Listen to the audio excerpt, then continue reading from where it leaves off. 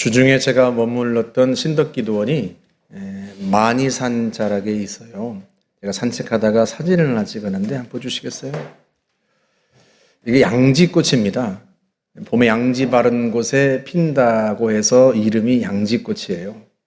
이 꽃의 크기가 실제로는 새끼손톱의 절반 정도 크기입니다. 아주 굉장히 작은 꽃인데요.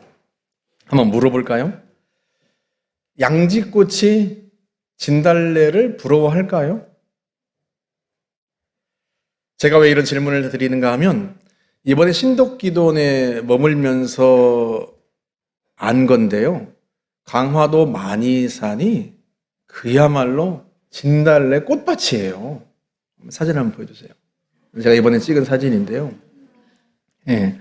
산 전체에 흐드러지게 핀 이 진달래 꽃이 얼마나 이게 장관인지, 산을 뒤덮인 아름다운 진달래를 보면서 혹시 그 작은 양지꽃이 진달래를 부러워할까? 진달래처럼 사람들이 눈길을 끌지 못하는 자기 자신을 초라하게 생각할까? 여러분 어떻게 생각하세요? 만이산 정상쯤에 도달하니까요, 길섭에 개별꽃이 피었어요. 한번 사진 보여주시겠어요? 이 개별꽃도 크기가 새끼손톱만큼 작은 꽃입니다. 별꽃에다가 개를 붙인 거예요, 이름을. 그렇게.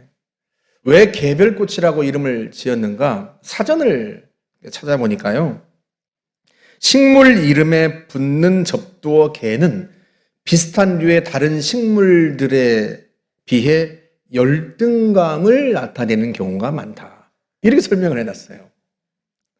그러니까 별꽃에 비해서 좀 비교해 보니까 좀 변변치 않다. 그래서 개를 붙여가지고 개별꽃이라고 이름을 붙인 거죠. 제가 인터넷에서 별꽃을 퍼왔어요. 이게 별꽃이에요. 별꽃보다 꽃잎이 숫자가 훨씬 적고 덜 예뻐서, 그래서 별꽃이라고 그냥 부르지 않고 개를 붙여서 개별꽃이다, 이렇게 이름을 붙인 거죠. 그러면 사전에 기록된 것처럼 실제로 개별꽃이 열등감을 느낄까요? 양지꽃이 진달래를 부러워할까요? 대답은 노입니다. 어떻게 그걸 확신하느냐 하고 물으신다면 피어있는 걸 보면 알아요. 얼마나 당당하고 얼마나 아름답게 활짝 피었는지 몰라요. 그 자리가 어디이든 상관없이 사람들이 보든 보지 않든 개의치 않고 창조주 하나님께서 자기에게 주신 아름다움을 활짝 피워냈습니다. 자연은 서로 비교하지 않아요. 그저 창조주께서 주신 자신의 고유한 아름다움을 봄이 되면 또는 가을이 되면, 자기에게 주어진 시간이 되면 그걸 당당하고 아름답게 활짝 피워내고 창조주의 솜씨를 드러냅니다. 유독 인간만 비교합니다. 얼마나 비교하는 데 익숙한가 하면요, 심지어 꽃에다가도 자신의 열등감을 거기다가 투영해서 이름을 개별꽃이라고 지어요. 다른 사람과 비교해서 우월의식에 젖기도 하고 열등감에 빠지기도 하고, 그게 인간의 안타까운 점이죠. 왜 그런가? 그 이유가 무엇인가? 눈이 잘못돼서 그래요. 우리 마태복음 6장 주님의 말씀 볼까요? 22절 말씀. 눈은 몸의 등불이니 그러므로 네 눈이 성하면 온 몸이 밝을 것이요 눈이 나쁘면 온 몸이 어두울 것이니 그러므로 네게 있는 빛이 어두우면 그 어둠이 얼마나 더하겠느냐. 예수님은 눈이 몸의 등불이라고 말씀을 하세요. 이게 무슨 뜻인가 하면, 저 어릴 때 살던 곳은요, 전기가 늦게 들어왔어요. 그래서 어릴 때만 해도 촛불을 쓰거나 등잔을 썼습니다. 그런 촛불이나 등잔이나 다 공통점이 하나같이 있는데, 촛대가 다 되거나 기름이 떨어지면 불빛이 점점점 희미해지다가 완전히 꺼져버려요. 그러면요, 온 방안이 캄캄합니다. 그래도 밖에 달이라도 떠 있으면 창호지로 달빛이 이제 새어 들어오니까 그래도 좀 방안이 눈에 들어오는데요. 밖에 달이 안 떠 있기라도 하면요, 방안이요, 그야말로 칠흑같이 어둡습니다. 그렇게 어둡게 되면 일어나는 현상, 모든 게 모호해져요. 성냥이 저쪽에 있었던가? 봤는데? 근데 그 방향조차도 가늠하기 어려워요. 모호해집니다. 모호해지는 정도가 아니라 나중에는요, 완전히 다 틀려요. 바닥에 고구마가 있었는데 그것도 모른 채 고구마를 밟아가지고 미끄러지고 난 다음에는 방향 감각이 완전히 사라져서 어디가 문 쪽인지 어디가 벽 쪽인지 도대체가 알 수 없고요. 손으로 더듬어야 되고요. 다 틀린 거죠. 그런데 눈이 나쁘면 이런 일이 우리 인생에 일어난다는 거예요. 어떤 사물이나 사물의 위치를 밝히 보지 못하면 이쪽으로 가야 되는데 저쪽으로 가게 되고, 밟지 말아야 될 것을 밟게 되고, 만지지 말아야 될 것을 만지게 됩니다. 마치 깜깜한 방 안에 있는 것 같은. 왜 그렇다고요? 눈이 잘못돼서 그런 거예요. 관점, 시각이 잘못돼서 그런 거예요. 틀린 눈을 갖고 있다 보니까, 어두운 눈을 갖고 있다 보니까요, 마치 인생이 깜깜한 방 안에 있는 것 같이 모든 게 모호하고 틀리고 그리고 헤매는 거죠. 그래서 일어나는 비극이 무엇입니까? 섬겨야 할 분을 섬기지 않고 섬기지 말아야 할 것을 섬기는 일이 벌어집니다. 그 다음 절 보세요. 24절 말씀. 한 사람이 두 주인을 섬기지 못할 것이니 혹 이를 미워하고 저를 사랑하거나 혹 이를 중히 여기고 저를 경히 여김이라. 너희가 하나님과 재물을 겸하여 섬기지 못하느니라. 눈이 어두우니까요, 자기가 무엇에 절하고 있는지도 몰라요. 마땅히 섬겨야 할 분을 섬기지 않고 섬기지 말아야 할 것을 섬기는 거죠. 그 인생이 어떻게 되겠어요? 결국 넘어지고 깨지고 길을 잃고 헤매는 거죠. 왜 이런 일이 벌어진다? 눈이 어두워서 그렇다는 거예요. 눈이 잘못된 거예요. 인생이 마치 어두운 방 안에 있는 것처럼, 그래서 예수님께서 말씀하신 거예요. 눈이 몸의 등불이다. 눈이 밝아야 한다. 바로 보아야 한다. 그래야 가는 인생길이 환한 거예요. 그렇다면 어떻게 하면 눈이 밝아질 수 있을까? 어떻게 하면 바로 볼 수 있을까? 오늘 본문에 등장하는 사람들은요, 죄다 눈이 어두운 사람들이에요. 제일 먼저 삭개오. 삭개오에 대한 소개가 세 가지 면에서 이루어지는데요. 첫 번째 외모, 두 번째 신분, 세 번째 평판. 외모, 키가 작았다. 신분, 세리장이요, 부자였다. 평판, 사람들이 수군거렸다. 먼저 외모부터 보자면요, 성경에서 어떤 사람의 특징을 소개하면서 키가 작다라고 소개한 사람은 삭개오가 유일합니다. 여러분이 보시기에 제가 키가 보통입니까? 작습니까?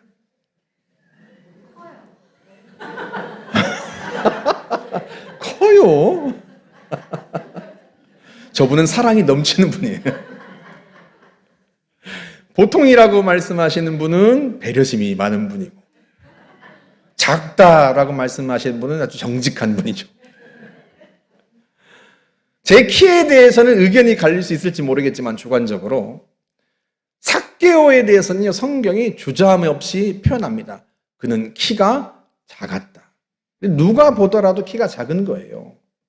여러분, 그 당시는 농경사회입니다. 건장하고 튼튼한 몸이 힘이고 능력이고 재산인 시대예요. 게다가 전쟁이 빈번한 시대입니다. 그러니 건장하고 튼튼한 몸이야말로 자기 생명을 구원할 수 있고요. 반대로 몸집이 작고 키가 약하면요, 그것처럼 큰 약점이 없어요. 그러니 그 작은 키가 그의 삭개오의 열등감의 뿌리로 작용을 했을 겁니다. 아마도 그는 그 열등감을 보상받기 위해서 힘을 갖고 싶었을 거예요. 그것이 그의 두 번째 부자요, 세리장이요, 부자였다라고 하는 점을 자연스럽게 설명을 해줍니다. 세리는 요즘으로 치면 세무공무원인데요. 당시에는요, 요즘과 같지 않았어요. 좀 남달랐습니다. 특별했어요. 어떤 면에서? 부정적인 면에서 특별했어요. 쉽게 말하면 자기 민족 유대 사람들에게서 세금을 걷어서 정복국인 로마에 갖다 바치는 일을 하는 사람이란 말이죠. 그러니까 사람들에게는요, 로마의 앞잡이이자 민족의 반역자로 낙인 찍혔습니다.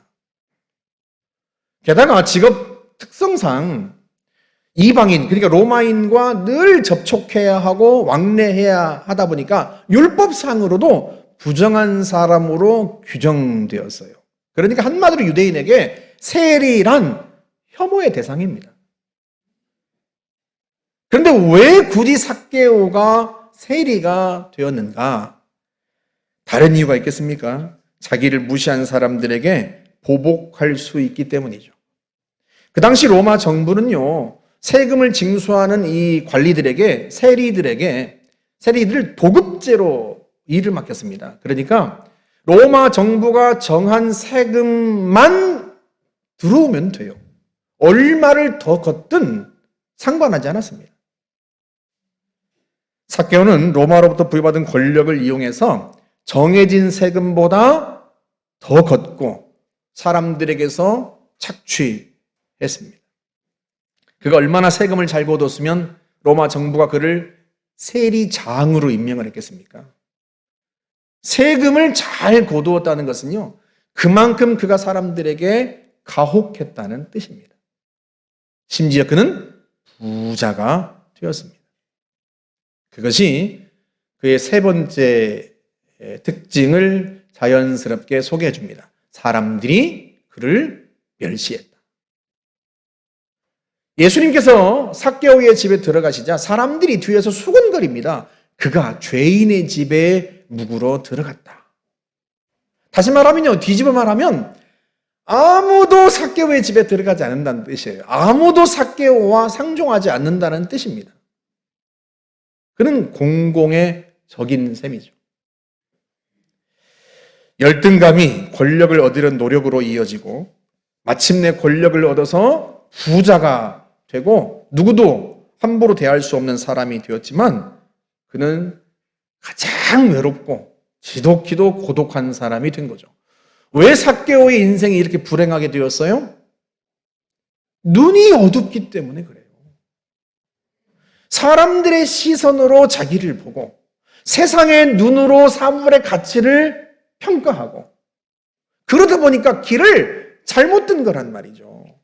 그런데 이 세상의 시각, 사람들의 관점, 사람들의 눈이라고 하는 게 애초에 잘못된 눈이에요. 애초에 어두운 눈이에요. 예수님의 표현을 빌면 어두운 눈이란 말이죠. 눈이 어두우니 마치 캄캄한 방 안에 있는 것 같고, 그러니 앞이 보이지 않고 잘못된 선택을 하고 길을 찾지 못하는 거죠. 그래서 불행한 거예요. 사람들은 그러면 눈이 밝았습니까? 오늘 본문에 등장하는 그들 역시도 눈이 어두웠어요. 눈이 어두웠으니까 삭개오라고 하는 사람의 본래 가지고 있던 존귀함을 보지 못한 거예요. 예수님께서 삭개오의 집에 들어가시자 그 뒤에다 대고 수군거리는 거예요. 어떻게 저런 사람의 집에 들어갈 수 있을까? 삭개오의 외모, 삭개오의 외적 조건, 그것만 보고 그 삭개오가 가지고 있는 본래 하나님의 형상으로서 그 아름다운 것, 존귀함을 못 보는 거예요. 눈이 어두우니까 그런 거죠. 반면에 예수님은 삭개오를 어떻게 보셨는가? 오늘 본문 9절에서 10절을 다시 볼까요? 예수께서 이르시되 오늘 구원이 이 집에 이르렀으니 이 사람도 아브라함의 자손이미로다. 인자가 온 것은 잃어버린 자를 찾아 구원하려 함이니라. 이 사람이 아브라함의 자손이 되었다 그렇게 말씀하지 않습니다. 이 사람이 아브라함의 자손이다 그렇게 말씀하세요. 예전부터 지금도 삭개오는 언제나 아브라함의 자손이었습니다. 하나님의 백성이었어요. 이제서야 아브라함의 자손이 된 게 아니에요. 적어도 예수님의 눈에는 그렇단 말이죠. 다만 하나님이 잃어버린 자녀일 뿐이에요. 마치 목자가 양을 잃어버리는 것처럼 잃어버린 양인 거죠. 여러분 한번 생각해 보세요. 목자가 양을 잃어버렸는데 그 양이 잃어버린 양인데 목자가 잃어버렸다고 해서 그 양이 그 목자의 양이 아닌 건가요? 양이 길을 잃고 들판을 헤맨다고 해서 그 양이 그 목자의 양이 아닌 건가요? 예수님의 눈에는요, 이 삭개오는 하나님의 자녀예요. 하나님의 백성이에요. 아브라함의 자손입니다. 오히려 잃어버렸기 때문에 더 애틋하고 더 안타깝고 더 소중하고 귀한 사람인 거죠. 그래서 그의 집에 들어가시는 거예요. 교회를 개척하고 지난 13년 동안 가장 잊을 수 없는 사람을 꼽으라고 하면 주동원 씨를 꼽을 겁니다. 지금은 세상을 떠나셨지만 그분은 하나님의 눈과 사람의 눈이 얼마나 다른지 저를 일깨워 준 분이에요. 사람의 눈으로 보면요, 이분은 알코올 중독자인데다가 변변치 않은 직업도 없는 분이고 저와 제 아내의 시간을 조리 빼앗아가는 그런 분이에요. 제 아내가 이분이 술을 먹지 못하게 하려고 이분을 데리고 천보산 기도원에 가서 하루 종일 거기서 예배 드리고 기도하고 밥 먹고 그러기를 몇 날 며칠을 했습니다. 그렇게 기도원에 붙잡아 두고 함께 같이 있으면 좀 술을 먹지 않을까, 술을 좀 끊을까 해서, 왜냐면 이분이 한번 술을 드시면 뭐 일주일이고 10일이고 아무것도 안 드시고 술만 계속 드시거든요. 그러다 죽을 수도 있잖아요. 그러니까 그러지 못하게 하려고 기도원에 데리고 와서 오늘도 데리고 가고 내일도 아침에 데리고 가고 하루 종일 있다가 오는 거예요. 그런데 아마도 그때 우리 성도분들 중에서는 아마 그런 생각을 하신 분도 있었을 거예요. 어떻게 사모님은 저런 사람을 전도해가지고 저렇게 에너지를 빼고 힘을 빼시는가, 그런 생각을 한 분들도 있었을 겁니다. 그런데 그런 우리의 시각을, 잘못된 시각을 깨뜨리는 사건이 일어났어요. 그날도 이분이 술에 취해서 교회를 잠깐 들렀다가 나가셨는데 교회 밖을 나가자마자 하늘에서 천둥 같은 하나님의 음성이 이분에게 들려온 거예요. 너는 하나님의 자녀인데 왜 그렇게 술을 마시느냐? 그 소리가 마치 천둥 치듯이 하늘에서부터 이분에게 크게 들려온 거예요. 여러분, 바울도 다메섹으로 가던 길에서 부활하신 예수님을 만나고 주님의 음성을 들었지만 다른 사람들은 그 음성을 듣지 못하고 바울만 들었다고 했잖아요. 이분도 그 하나님의 음성을 들은 거예요. 그 소리가 얼마나 크고 천둥 치는 것처럼 그렇게 컸는지 두려워서 한 걸음에 내달려서 집으로 갔습니다. 그리고는 이불을 뒤집어 쓰고 벌벌 떨었어요. 아내가 도대체 왜 그러느냐 물었더니 그 이야기를 한 거죠. 여러분, 누군들 두렵지 않겠어요? 천둥 같은 그 하나님의 음성을 듣고 두렵지 않은 사람이 세상에 어디 있겠습니까? 이분이 막 벌벌 떤 거죠. 그런데요, 이분이 정신을 가다듬고 보니까 하나님이 자기를 자녀라고 말씀하신 거예요.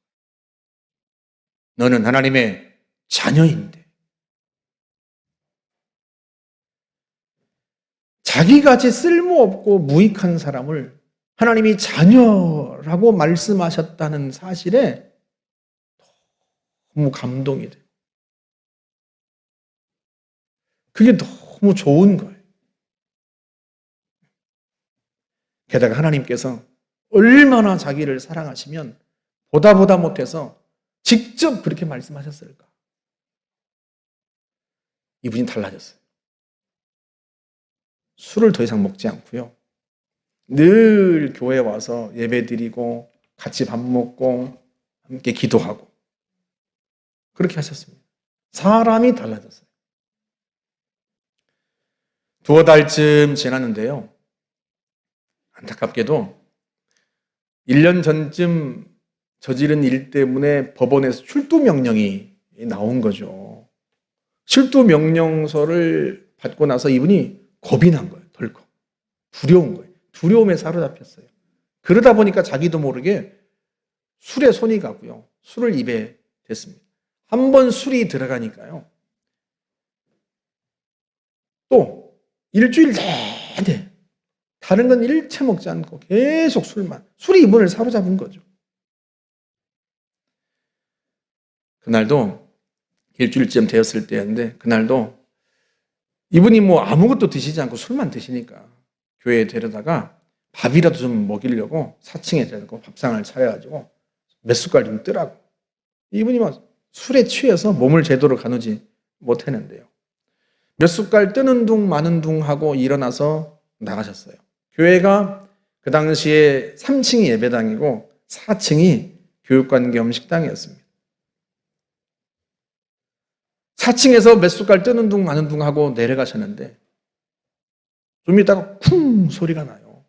그래서 얼른 달려갔더니 보니까 4층 계단에서 이분이 구르신 거죠.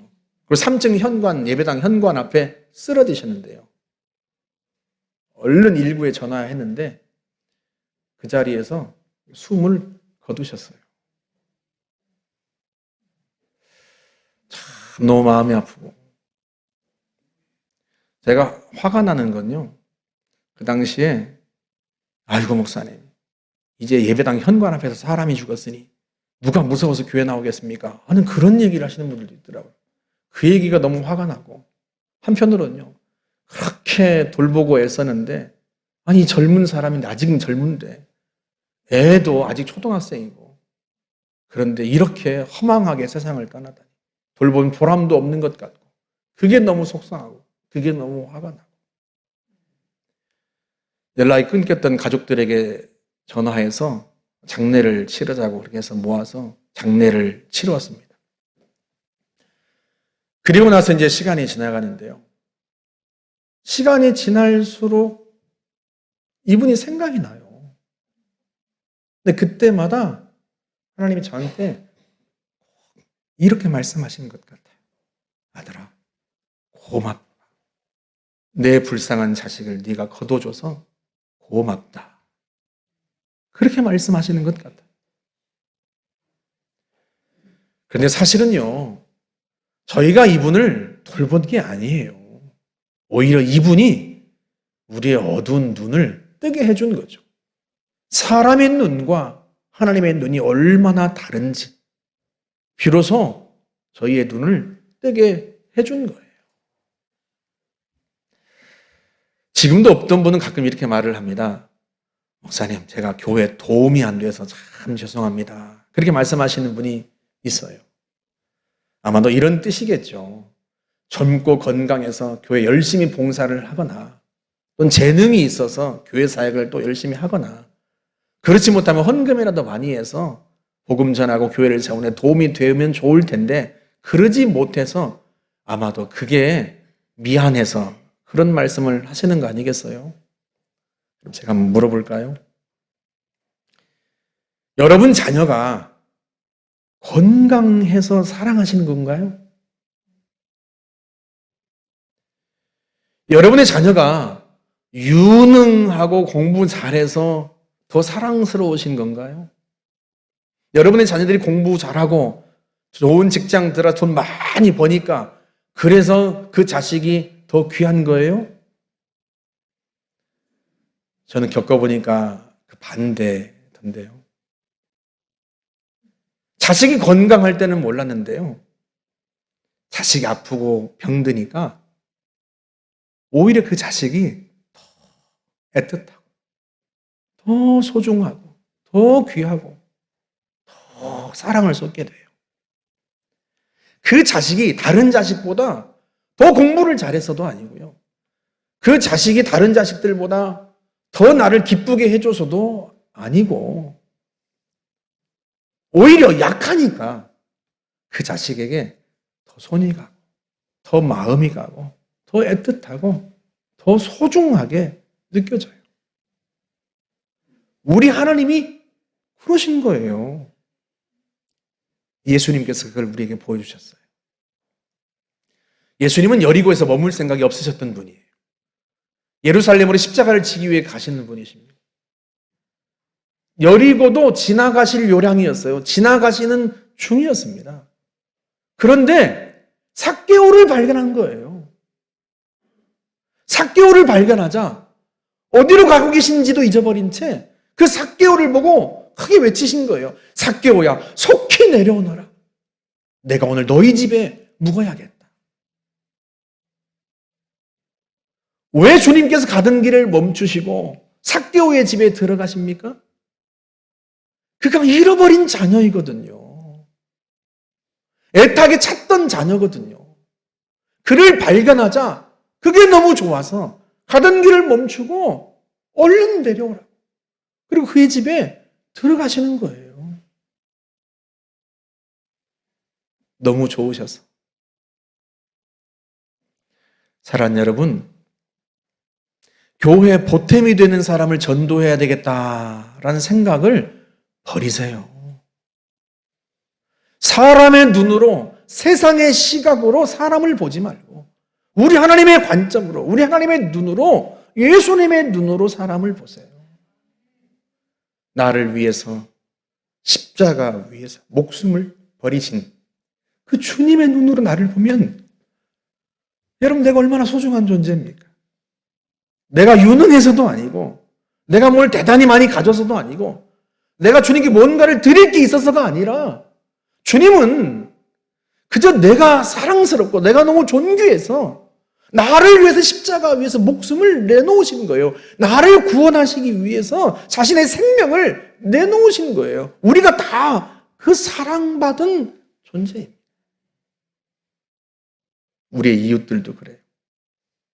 그가 외적으로 뭘 갖춰서가 아니라, 그가 대단한 사람이어서가 아니라 그가 하나님의 자녀이니까, 잃어버린 자녀이니까, 그래서 더 애가 타고, 그래서 더 귀하고 더 애틋하고 하나님은 그를 찾고 싶은 거예요. 우리에게 그 일을 맡겨주신 거죠. 주님께서 십자가 지고 죽으셨다가 부활하신 후 승천하시면서 지난주에 우리가 함께 나눈 말씀처럼 아버지께로 돌아가시면서 먼 길 떠나시면서 우리에게 한 분씩 맡겨주었습니다. 잃어버린 영혼을 찾아주어라. 잃어버린 자녀를 찾아주어라. 저와 여러분들이 그 주님의 눈으로 우리 자신을 보고 사람을 보면 주님께서 우리에게 맡겨주신 그 사명 감당할 수 있고, 또 그 사람 주님께로 데리고 오면 주님 얼마나 기쁘시겠어요. 이번에 꼭 그 잃어버린 영혼을 한 사람씩 주님께를 찾아드릴 수 있기를 주의 이름으로 부탁드립니다. 우리 함께 기도합시다. 이 시간 먼저 주님의 눈으로 나 자신을 볼 수 있도록 눈을 열어주십시오. 같이 한번 기도합시다. 나 자신이 얼마나 존귀하고 소중한지 모르면 다른 사람이 얼마나 존귀하고 소중한지를 어떻게 알겠습니까? 주님의 눈으로 나를 볼 수 있도록 눈을 열어달라고, 세상의 눈으로, 사람들의 눈으로 나를 보는 게 아니라 나의 구원자여 창조주이신 하나님의 눈으로 나를 볼 수 있도록 눈을 밝혀주십시오. 열어주십시오. 같이 한번 기도합시다. 좋으신 하나님 아버지, 참으로 감사합니다.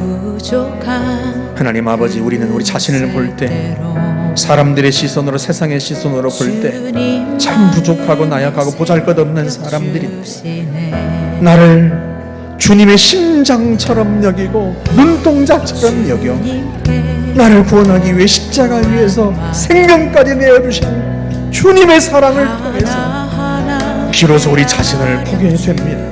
좋으신 하나님 아버지, 하나님의 눈에 내가 그렇게 소중하고 우리가 그렇게 소중해서 우리를 심판 가운데서, 죄 가운데서, 사단의 권세에서 건지시기 위하여 십자가 위에서 목숨을 내어주신 주님의 사랑을 우리가 받았습니다. 그 사랑의 눈으로, 주님의 눈으로 우리가 우리를 볼 때 우리가 얼마나 존귀하고 얼마나 사랑스럽고 귀한지, 세상 사람들은 세상의 눈으로 볼 땐 우리가 아무것도 아닐지 모르지만 우리 주님의 눈으로 보면 세상 그 무엇보다도 존귀하고 아름답고 소중하고 사랑스러운 존재인 줄 압니다. 하나님 아버지, 그 눈을 우리에게 밝혀주시옵소서. 그 눈을 열어주시옵소서. 주님의 눈으로 우리 자신을 바라보며 주님의 눈으로 우리를 보고 하나님 우리의 존귀함을 하나님 우리가 깨달아 알 수 있도록 역사해 주시기를 바라고 원합니다. 다른 사람과 더 이상 우리 자신을 비교하지 않겠습니다. 하나님 아버지, 주님이 보시기 아름다운 나를 보면서 주님께 영광 돌리며 감사하며 기뻐하며 하나님 아버지, 주님 맡겨주신 사명 감당해 나가겠습니다. 하나님 아버지, 참으로 저희들에게 은혜를 베푸사 하나님 우리 어두움을 밝혀주시고 우리의 눈을 밝혀주시옵소서. 주님 보시기 아름다운 우리의 모습을 하나님 우리가 밝혀볼 수 있도록 역사하여 주시옵소서. 오 주님 감사합니다. 오 주님 감사합니다. 하나님 우리를 통해 영광을 받으시옵소서. 우리 한 번 더 기도하겠습니다. 나의 가족들과 이웃들을 보면서 하나님의 눈으로 볼 수 있게 해주십시오. 주님의 애타게 찾으시는 너무나 애틋하고 너무나 소중한 너무나 존귀한 사람으로 볼 수 있도록 눈을 열어주십시오. 그 사람 마음에 품고 기도할 때 주님의 마음이 우리 안에 부어져서 더 애틋하고 더 사랑스럽게 느껴져서 그를 꼭 주님께로 인도할 수 있도록 주님 도와주십시오. 같이 한번 기도합시다. 좋으신 하나님 아버지, 참으로 은혜를 감사합니다. 하나님 아버지, 땅에 많은 잃어버린 영혼들이 있습니다. 하나님의 형상을 지녔으나 잃어버린 영혼 잃은 양처럼 어두운 길바를 헤매고 있는, 인생의 광야를 헤매고 있는 그런 사람들이 많이 있습니다. 좋으신 하나님 아버지, 우리가 모든 사람을 구원할 수는 없으나 주님이 내게 맡겨주신 영혼, 내 주변에 있는 영혼, 주님이 나에게 눈에 띄게 하신 사람, 그 사람 마음에 품고 기도하여 그를 하나님께로 인도하겠습니다. 하나님 아버지, 그를 마음에 품고 기도할 때 주님의 눈이 열리게 하여 주옵소서. 그가 얼마나 소중하고 얼마나 존귀하고 얼마나 사랑스러운 존재인지 주님이 그렇게 생각하시는 그 주님의 마음이 우리 안에 부어질 수 있도록 하나님 인도하여 주시기를 바라고 원합니다. 하나님 아버지, 그가 갖고 있는 외적인 조건과 상관없이, 하나님 그 외적인 환경과 상관없이 그 존재가 자체로 하나님 앞에 얼마나 존귀한지, 약하기 때문에 오히려 더 애틋하고 더 귀하고 더 사랑을 하게 되고 더 주님께서 귀히 여기시는 그 주님의 마음이 우리 안에도 부어질 수 있도록 역사해 주시기를 바랍니다. 그리하여 하나님 아버지, 그를 주께로 인도하여 잃어버린 자녀를 찾으시는 주님의 기쁨을 우리가 맛볼 수 있도록 하나님 복을 내리시고 역사하여 주옵소서. 함께 하실 줄 확신합니다. 주님 감사합니다.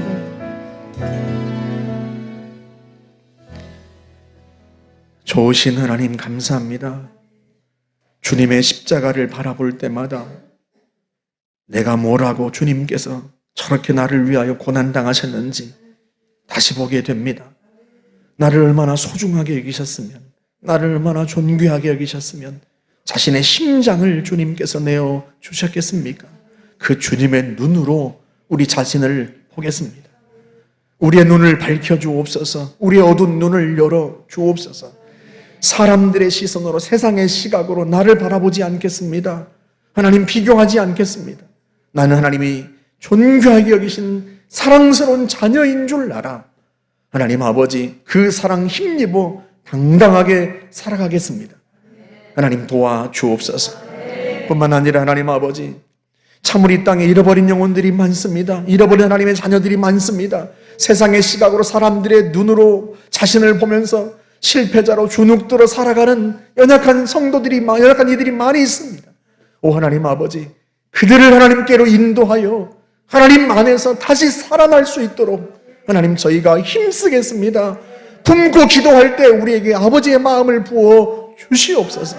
그를 얼마나 사랑하시는지, 얼마나 존귀하게 여기시는지 그 주님의 마음이, 주님의 눈이 우리 안에 부어지도록 축복하여 주어서 하나님 잃은 영혼 구원하여 아버지께로 인도하여 드리고 주님 기뻐하시는 것을 우리가 보게 하시며 그 하늘의 기쁨이 우리 안에도 충만하게 하옵소서. 감사드리며 예수님의 이름으로 기도하옵나이다. 아멘.